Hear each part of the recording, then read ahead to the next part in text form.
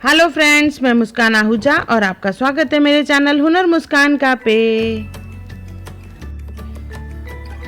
पलव पाईंदासीं, बेड़ी पलव जे पाइन लाल तिंजा खावंद खाली न करे।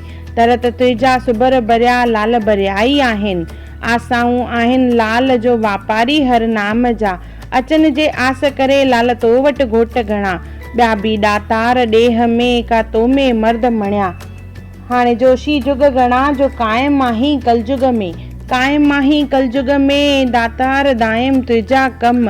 उतारी हर वार खां तू लाल धामू लाही खम। हाणे रखजांइ लॼ शर्म जो ढकीअ सां गुज़ार जाए। लालण लालण मां कयां मुंहिंजो लालण वेठो कहिड़ी कुंड।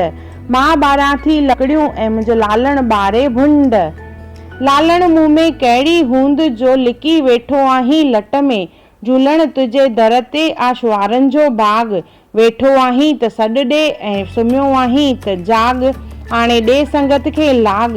सवाली आहिनि तुंहिंजे दर जा सभिनी जूं झोलियूं भर।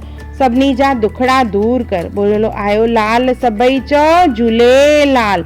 गणपति बापा मोरिया। सभिनी देवी देवताउनि की जय।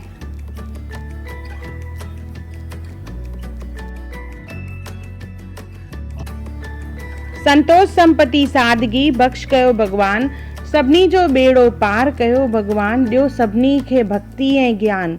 सदा भवानी ध्यानी गौरी पुत्र गणेश। पंज देव रक्षा कयो ब्रह्मा विष्णु महेश।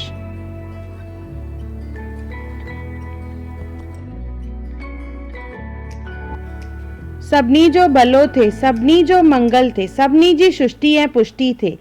असां जेका साधना कईसीं उन जो फल पूरे संसार खे मिले। अस्तो मां सद्गमे तमसो मां ज्योति तमे मृत्युम मां अमृत गमे।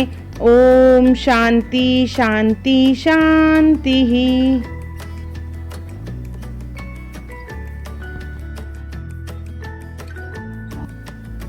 पलव खां पोइ छंडो लॻाइणो आहे ऐं चवणो आहे राम नाम जो छंडो लॻायो। महर मया जो छंडो लॻायो। छंडो राम जो बरकत वारो। खुटे न कॾहिं पयो खाराए। खुटे न कॾहिं पयो खाराए। खाइनि पशु पक्षी इंसान। खाइनि पशु पक्षी इंसान। खुटे न कॾहिं पयो खाराए। खुटे न कॾहिं पयो खाराए। राम नाम जो छंडो लॻायो। महर मया जो छंडो लॻायो। छंडो लॻायो बाबा छंडो लॻायो।